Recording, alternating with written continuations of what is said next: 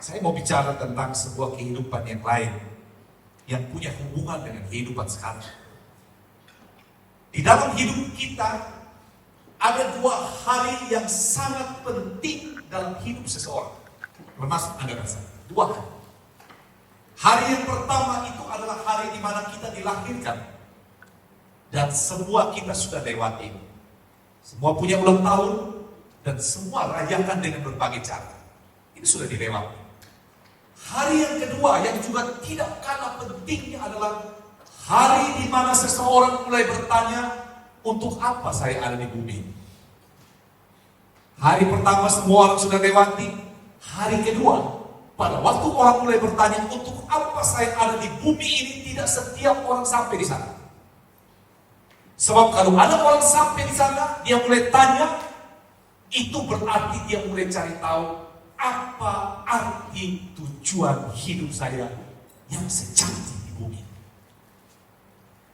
Itulah sebabnya kenapa saya katakan kalau orang sudah sampai di hari kedua, acara seperti ini, kalau diundang, ini penuh.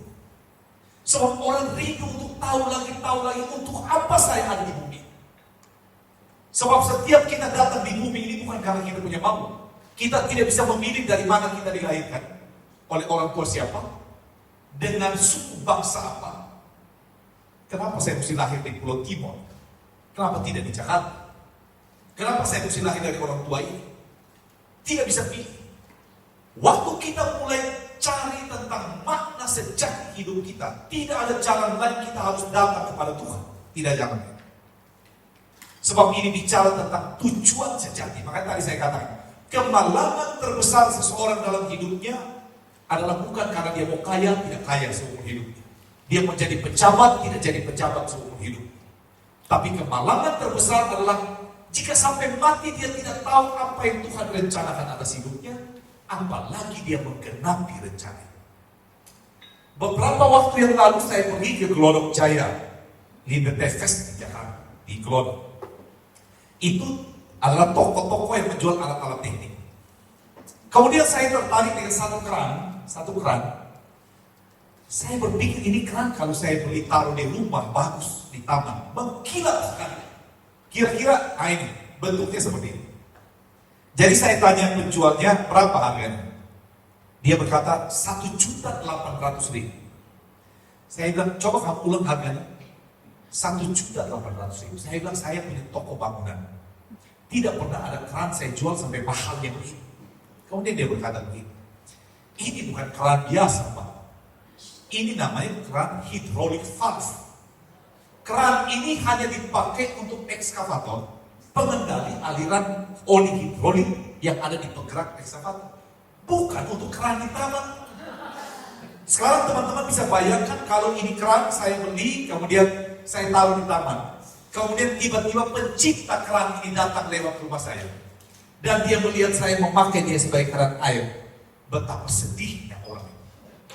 Ini artinya keran ini tidak menjalankan fungsi yang sebenarnya.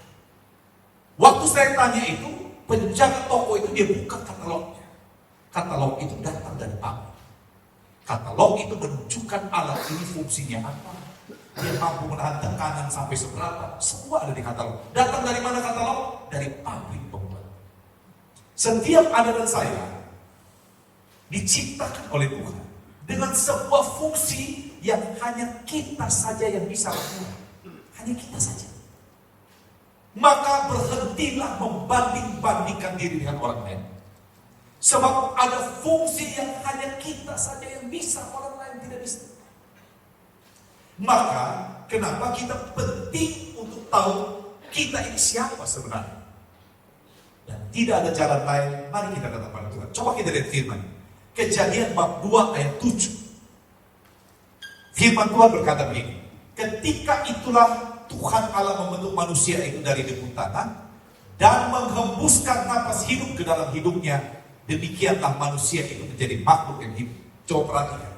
Ini proses kita, manusia pertama dari Adam dan Hawa dibentuk oleh Tuhan.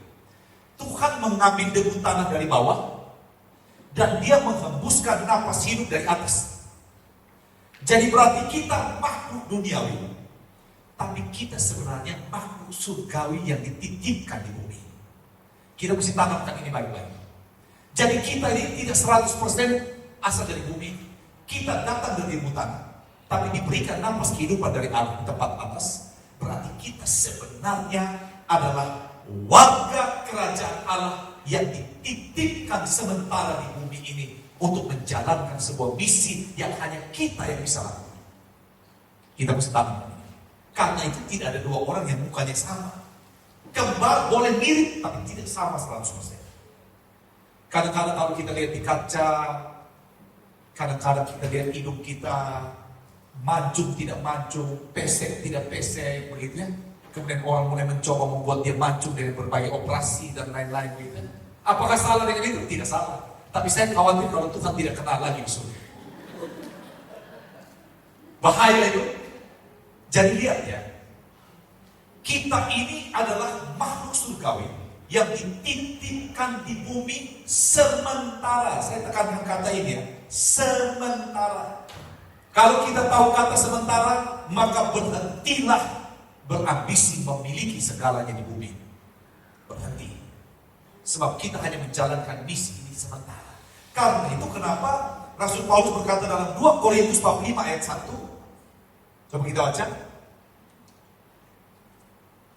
Rasul Paulus berkata begini, karena kami tahu bahwa jika kemah tempat kediaman kita di bumi ini dibongkar, Allah telah menyediakan suatu tempat kediaman di surga bagi kita, suatu tempat kediaman yang kekal yang tidak dibuat oleh tangan manusia. Firman ini berkata begini, kamu itu seperti orang berkemah. Kamu cuma sementara saja di sini. Kalau kemah kamu dibongkar, kamu harus kembali kepada Tuhan. Ada seorang penginjil besar Amerika namanya Billy Graham. Billy Graham. Dia meninggal di usia 99 tahun, kurang 1 tahun 100 tahun.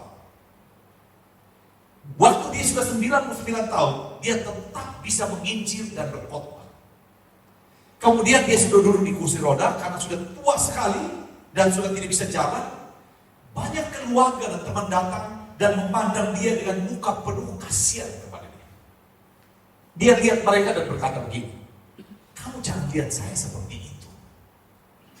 Kamu harus ingat, Billy Graham yang sebenarnya di dalam sini, dia baik-baik saja. Tapi Billy Graham punya rumah ini di bumi ini sudah rusak. Maka satu waktu Billy Graham harus pindah rumah. Tapi Billy Graham yang sebenarnya, dia baik-baik saja. Anda lihat? Dan ini yang firman Tuhan berkata begini, manusia hidup 70 tahun. Kalau kuat 80 tahun. Lebih dari itu seringkali sudah menyusahkan banyak orang. Betul? Dibandingkan dengan kekekalan, maka hidup di bumi sangatlah singkat sekali. Sangatlah singkat sekali. Tetapi apa isi hidup yang singkat ini menentukan di mana kita akan menghabiskan kekekalan ini. Ingat baik-baik. Isi hidup yang singkat ini sangat menentukan di mana kita menghabiskan kekekalan itu. Apakah bersama Tuhan selamanya atau terpisah dari Tuhan selamanya. Saya kasih ilustrasi ya. Saya selalu bawa tali ini kemana-mana. Kalau saya mau mengajar, saya bawa tali. Anggap saja tali ini adalah timeline kehidupan kita. Hidup kekal itu berapa lama ya? Berapa lama? Selama-lamanya itu berapa tahun ya? 1 triliun tahun? Lebih ini. Anggap saja timeline hidup kita ini tali. Tidak ada ujung. 78 tahun atau 80 tahun di bumi saya anggap yang saya selfie. Yang hitam ini. Yang di sini ini ada pemerintahan Jokowi ada di sini. Gus Dur kita dapat ya, Megawati, sekarang Prabowo ya. Jadi kita sini. Kita kerja lahir, kemudian kita kerja ada masalah di mana di rumah tangga ada pokoknya kita. Dan kita menghabiskan begitu energi banyak di sini. Banyak. Banyak orang tidak pikirkan tentang yang ini dulu. Yang ini. Yang ini dulu. Yang ini. Orang kalau tahu bahwa ini begitu singkat dibandingkan yang ini, harusnya kita harus lebih banyak konsentrasi di yang ini untuk sampai di sini. Amin. Orang tidak serius untuk perhatikan. Kalau kita tahu betapa singkatnya ini dibandingkan dengan ini, kenapa kau begitu stres tentang apa yang di sini sampai kau melupakan apa yang ada di sebelah sini? Yang di sini firman Tuhan berkata tidak ada air mata, tidak ada penderitaan, tidak ada krisis ekonomi, tidak ada pemotongan anggaran dari pemerintah. Tapi orang tidak perhitungkan itu, orang sibuk tentang ini. Dia mau makan apa, dia mau minum apa, dia senang apa, dan dia tidak perhitungkan bagaimana nyambungnya ke sini. Anda hari ini ada di tempat ini sebab engkau perhitungkan tentang ini. Amin. Betapa beruntungnya kita. Makanya kenapa saya katakan begini.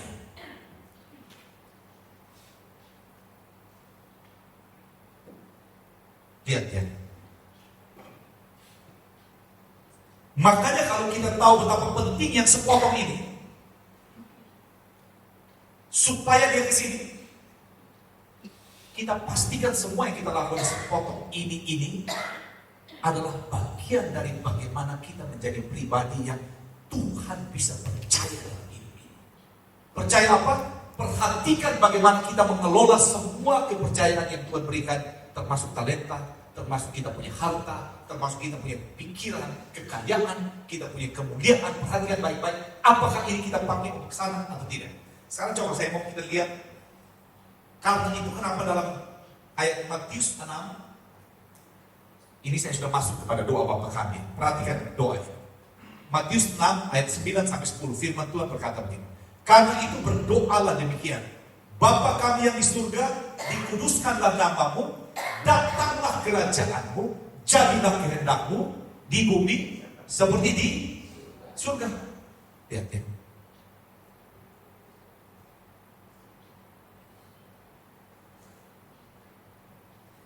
Doa ini berkata, datanglah kerajaan. Kerajaan apa yang datang? Kerajaan Allah. Apa artinya kerajaan Allah datang di bumi? Lihat, Allah ada di surga, tapi dia menghendaki kerajaannya ada di bumi ini. Apakah kita bisa lihat Allah? Tidak bisa lihat, karena dia adalah roh. Karena itu Allah butuh anak-anak Allah, Anda dan saya, untuk menunjukkan kepada dunia ini tentang siapa dia di tempat yang maha tinggi lewat kehadiran kita di bumi ini. Maka pada waktu dia berkata, doa, datanglah kerajaan di bumi seperti di surga.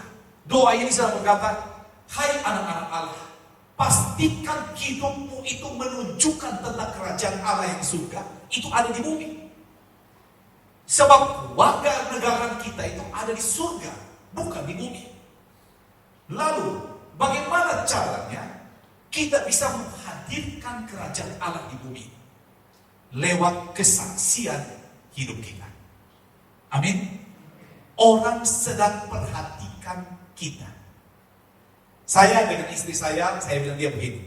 Kita dua adalah koordinator karismatik Katolik. Saya koordinator karismatik Katolik untuk Keuskupan Atambua dan Kupang. Saya juga di politik juga ada. Saya juga di ketua Kadin. Saya juga ketua PSMTI dan banyak organisasi yang lain. Akibatnya adalah kami punya hidup diperhatikan oleh orang. Maka saya bilang dia begini, berhati-hatilah dengan cara kita dua mengisi hidup ini. Sebab kita bisa mempermuliakan Tuhan, atau kita bisa mempermalukan Tuhan, tergantung cara kita mengisi hidup kita. Bagaimana supaya hidup kita bisa menjadi kesaksian tentang kerajaan Allah di surga, ada di bumi? Yang pertama, kita mesti bekerja dengan sebuah gaya kerja yang membuat Tuhan begitu berpengaruh dengan pekerjaan kita, sehingga cara kita kerja itu menginspirasi banyak orang tentang integritas dan kesetiaan kita pada Tuhan. Ingat, jadi cara kita kerja tidak hanya sekedar mendatangkan keuntungan, tapi kita mesti pastikan cara kita kerja itu yang diperhatikan orang itu mempermuliakan Tuhan. Saya kasih contoh ya. Saya punya teman pengusaha di Kupang, sangat berhasil. Dia terlibat dalam persekutuan doa karismatik Katolik, menjadi pengurus, juga di Full Gospel Businessman Fellowship, dia juga pengurus di sana. Dia punya anak laki-laki, itu punya usaha seperti bar, tempat minum di pinggir pantai di Kupang. Tiap malam orang datang minum sampai pagi. Dan mereka dapat keuntungan luar biasa dari usaha itu, anaknya. Sebab di situ mereka menjual minuman keras, dan tentu minuman keras dengan harga yang mahal. Jadi papanya ini karena sudah aktif di dalam pelayanan, papanya tidak hebat. Karena orang selalu menghubungkan dengan pekerjaan anaknya. Jadi satu waktu papanya datang pada anaknya, namanya Brian, dia berkata begini, Brian, papa tahu kamu dapat untung banyak dari usahamu. Tapi papa juga sekarang pelayanan. Orang selalu menghubungkan pelayanan papa dengan kamu punya usaha. Sebab kamu punya usaha itu dianggap merusakkan banyak orang. Sebab tiap malam orang berkelahi karena malu. Tiap malam istri-istri datang mengamuk karena suaminya ditemani perempuan ada di situ. Jadi papanya bilang begini, papa yang mengalah saja. Papa mundur dari pelayanan supaya kamu tetap bisa usaha. Sebab daripada papa pelayanan, tapi orang selalu sanggup pautkan dengan kamu yang usaha. Papa yang mengalah. 2 hari anaknya tidak jawab ini. Hari kedua anaknya datang dan berkata begini, Papa, saya sudah pikirkan baik-baik. Saya tutup usaha. Papanya bilang begini, nanti kamu mau untung dari mana lagi? Biar papa saja berhenti pelayanan. Kamu teruskan usaha. Dia bilang, no, saya tutup usaha. Dan tutupnya usaha itu mengagetkan satu kota Kupang. Orang berkata begini, rugi berapa banyak? Bukankah tiap mana dia untungnya puluhan juta? Tutup ini ruginya berapa banyak? Tapi anak itu berkata begini, Papa punya pilihan untuk melayani Tuhan saja bagi kami anak-anak itu sudah mujizat. Bagaimana mungkin saya merusakkan mujizat itu dengan mempertahankan pekerjaan? Saya percaya Tuhan akan berkati saya di bidang yang lain. Hari ini mereka tidak punya lagi bar itu, tapi mereka buka toko baju. Dan toko baju fashion itu laku luar biasa sampai mereka punya cabang di berbagai kota sekarang. Dan sekarang papanya pelayanan luar biasa, anaknya juga pelayanan luar biasa. Ini namanya konsistensi dan integritas. Mereka tunjukkan pekerjaan kami harus mempermuliakan. Mereka tidak takut untuk menghentikan itu hanya karena orang bilang rugi berapa banyak. Tapi Tuhan tahu menggantikan berkat buat orang yang konsisten integritasnya tentang dia. Amin. Ini yang saya sebut, berusahalah bekerja dengan cara kerjamu yang membuat orang terinspirasi dan berkata, Tuhan dipermuliakan dalam pekerjaan. Jika pekerjaanmu tidak mempermuliakan Tuhan, stop. Ini baru kerajaan Allah bisa hadir di bumi. Yang kedua, gunakan uangmu dengan cara begitu rupa sampai cara pakai uang mempermuliakan nama Tuhan.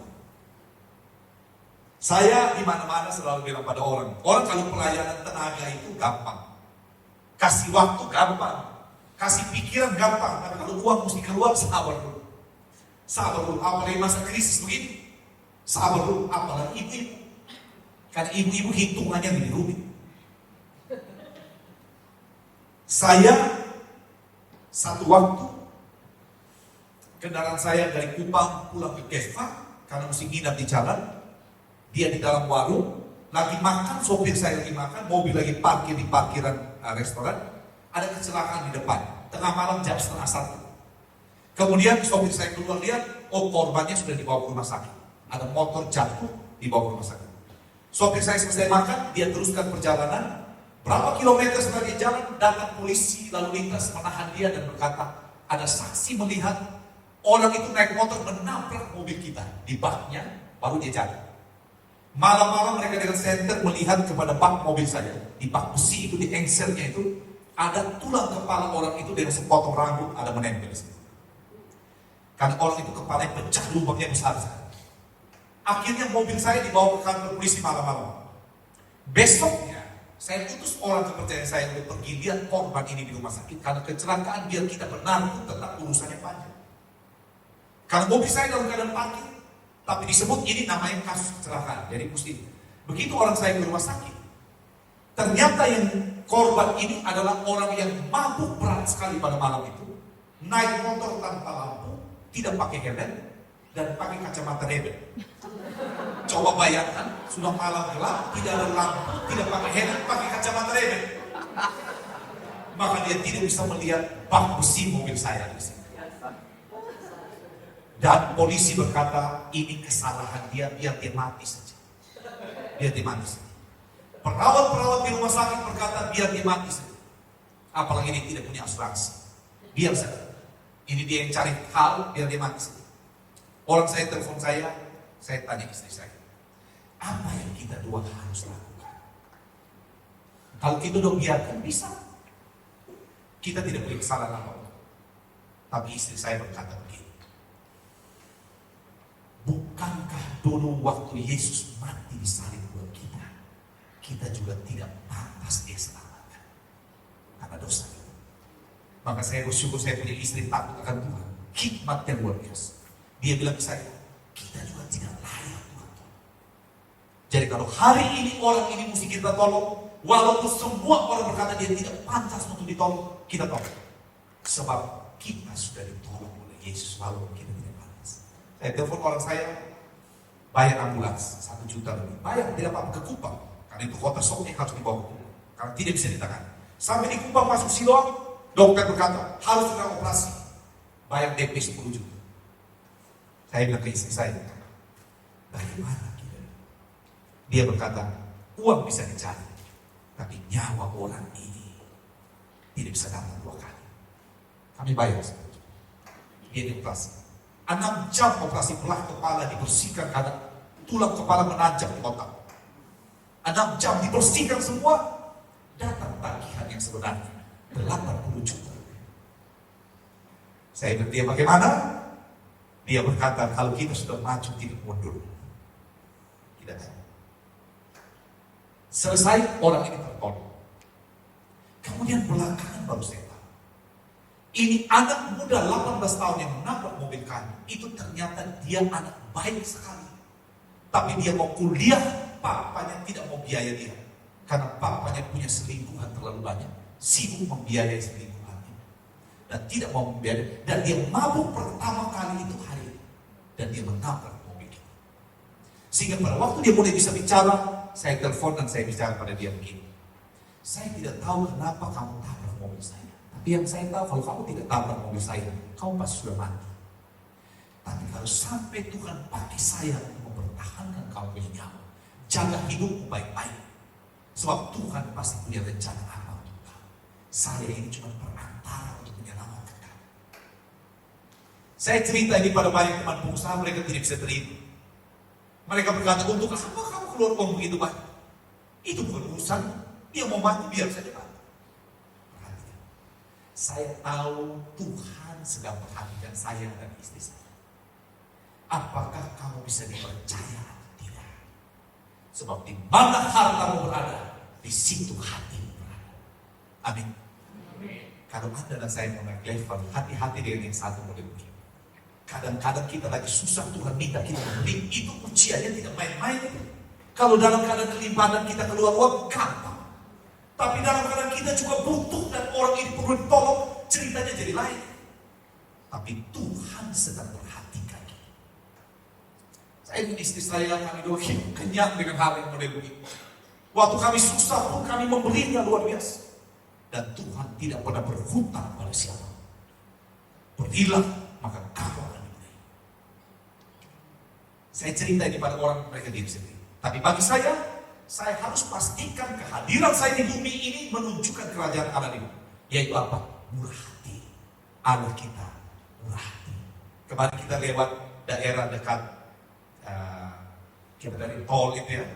Di mana? Di Tebet ya. Ada apa? Layar yang ada tulisan itu. Dia tulisan kasih itu sabar. Kasih itu murah hati. Kasih itu tidak mementingkan diri saya di ayat Alkitab. Tapi itu kita mesti menghadirkan kerajaan Allah dengan cara kita pakai uang. Allah itu murah hati. Orang murah hati tidak pernah kekurangan dalam hidup ini. Amin. Firman berkata ada orang sudah berhemat luar biasa, tetapi ada orang memberi dengan kelimpahan, malah dia berkata luar biasa. Sebab Allah itu murah hati. Lihat. Yang ketiga, kita mesti pakai waktu kita itu sungguh-sungguh untuk tidak lupa prioritas pekerjaan Tuhan. Bukan berarti kita tidak usah kerja lagi. No, tidak. Tapi kita mesti pastikan ada waktu yang kita siapkan untuk kerja Tuhan. Hari-hari ini saya mau tanya teman-teman, ajak orang ikut kegiatan rohani begini gampang atau susah? Susah. Gampang atau susah? Susah. Alasan yang paling mudah mereka sampaikan adalah, aduh minta maaf Pak Halim, saya sibuk dan tidak punya waktu. Begitu ya? Saya sibuk dan tidak punya waktu. Di dalam hidup ini, setiap orang itu hanya memberi perhatian pada apa yang dianggap penting. Dia hanya memberi waktu dan perhatian pada apa yang dianggap penting. Jadi kalau dia berkata, aduh Bro Halim minta maaf, saya tidak ada waktu, saya sibuk, itu bukan jawaban. Jawaban yang sebenarnya adalah bagi dia cari Tuhan itu tidak penting. Amin. Jika cari Tuhan tidak penting, bagaimana engkau bisa selamat kalau iblis menghantam dengan kekuatan penuh? Bagaimana engkau bisa selamat? Kalau kau berteriak minta tolong, tapi teriak kamu naik ke tempat tinggi dan tidak ada jawaban dari sana. Jadi saya kalau lihat orang tidak cari Tuhan, saya agak khawatir sekali. Sebab kau tidak tahu betapa jahatnya dunia. Jadi jawaban di sebelahnya itu adalah, bagi dia Tuhan tidak penting. Saya ada satu romo, kami punya moderator namanya Romo John. Dia diminta oleh saudaranya pergi memberi sakramen perminyakan pada saudaranya yang hampir meninggal karena kanker stadium akhir di rumah sakit di Kupang. Dia kata begini, Pak Yanto, waktu saya masuk ke dalam ruangan itu ada puluhan orang terbaring tidak berdaya karena rata-rata kanker sudah stadium akhir semua. Dan dia bilang pada waktu saya mau kasih minyak suci, saya rasa Tuhan bicara pada saya. Saya bilang, Romo, Tuhan bicara apa? Dia bilang begini, Tuhan bicara begini. Satu waktu kelak kamu akan menjadi seperti mereka, salah satu dari mereka, yaitu tidak berdaya. Jika masa tidak berdaya itu datang, apa yang sudah kau berikan sebagai persembahan untuk Tuhan yang telah percayakan napas kehidupan bagi kamu? Apa? Jika masa tidak berdaya itu datang, apa yang sudah kau lakukan untuk Tuhan? Romo itu berkata, setelah saya dapat suara ini, saya pulang, saya punya pelayanan luar biasa. Orang minta saya pelayanan jam 1 malam saya pergi. Mau jam 3 pagi saya pergi. Sebab saya tidak punya waktu banyak lagi dalam hidup. Firman Tuhan berkata, kerja selama masih siang akan datang malam di mana tidak ada seorang pun yang bisa kerja. Kalau kau sudah di ICU dan kau berkata, Tuhan inilah aku, pakailah aku. Sudah di ICU, napas tinggal satu-satu. Ventilator dilepas habis. Tuhan berkata, di mana engkau pada waktu engkau dalam keadaan sehat? Di mana engkau pada waktu engkau mendapatkan terbaik dari saya? Di mana engkau? Kenapa saya hanya diberikan sisa-sisa saja? Sisa-sisa saja. Bagi saya pribadi, saya tahu waktu saya juga tidak panjang dalam hidup ini. Saya punya saudara sepupu, itu sangat dekat dengan saya. Orang yang pintar sekali. Waktu dia kuliah, dia bisa menyelesaikan kuliahnya dengan begitu cepat sampai dia kuliah di banyak jurusan.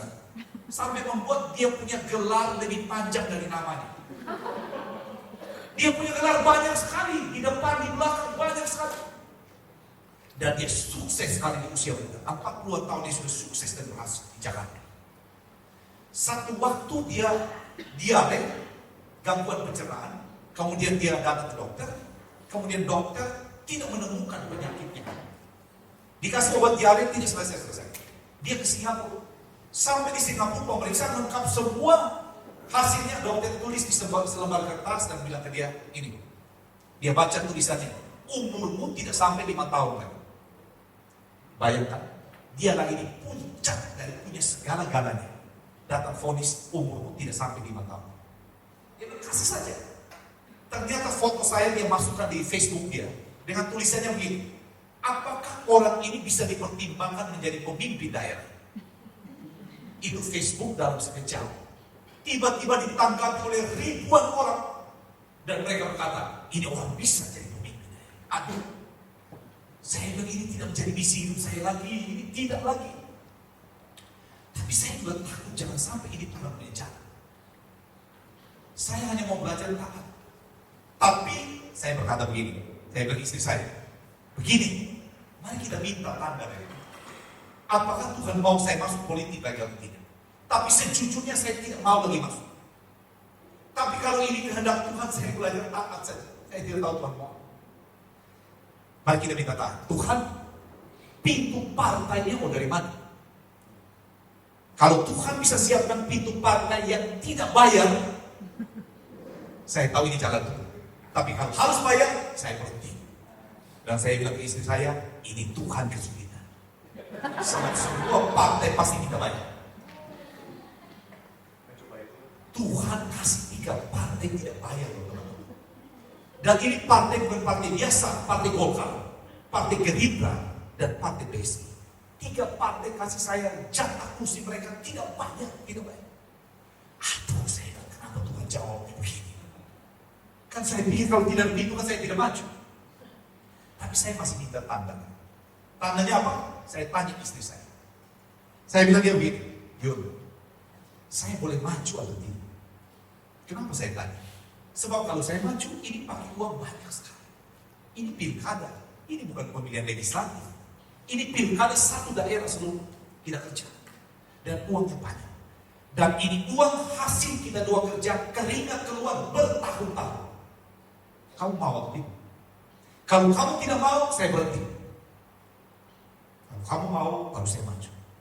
Saya berharap dia tidak mau. Kalau biasa ibu kan sensitif masalah uang. Saya harap dia tidak mau. Tapi dia jawab saya begini. Kalau kamu maju tentu pakai uang. Tapi kalau kamu jadi bupati, kamu bisa tolong banyak orang lain. Uang kita bisa cari. Tapi momentum ini tidak datang 2 kali dalam hidup. Saya lupa ada. Maka majulah kita. Kita hanya kerja 6 bulan saja. Lawan kita nomor 1 adalah bupati yang sana. Semua dia punya. Aparat ada di dia. Kontraktor besar ada di dia. Uangnya tidak terbatas. Pengaruhnya apalagi. Camat ada di dia sampai kepala desa ada di dia. Sampai RT juga ada di dia. Semua. Pokoknya itu semua ada di dia. Namanya dia berkuasa. Yang calon nomor 2 mantan bupati istrinya yang maju. Itu juga masih punya pengaruh besar. Misalnya. Nomor 3 kita. Nomor 4 itu mantan tentara bekas anak angkatnya Tutut Soeharto. Jadi pendanaannya tidak baik. Saya ini siapa? Saya ini orang biasa, uangnya juga sedikit. Hanya karena mau taat saya pada Tuhan. Tapi pada waktu kampanye, saya kata Tuhan, saya fokus di prosesnya. Saya akan pakai kampanye ini untuk mengincin begitu banyak orang daerah. Maka kami jalan di 158 titik kampanye. Saya khotbah politik, motivasi, kasih mereka pencerahan, doa di awal, doa di akhir, firman Tuhan masuk. Saya bilang, kapan lagi saya bisa menginjil orang begini banyak? Disuruh datang PD, orang sedikit sekali. Tapi kalau politik, ribuan orang muda. Kapan lagi ikan begini banyak datang? Ini saat. Maka saya kampanye dari tiap hari dari pagi sampai tengah malam jam 2. Pulang jam 2, besok pagi jalan lagi. Selama 2 bulan, hampir sakit saya. Tiap hari bicara di 5 tempat. Dan saya bicara full power. Selama 7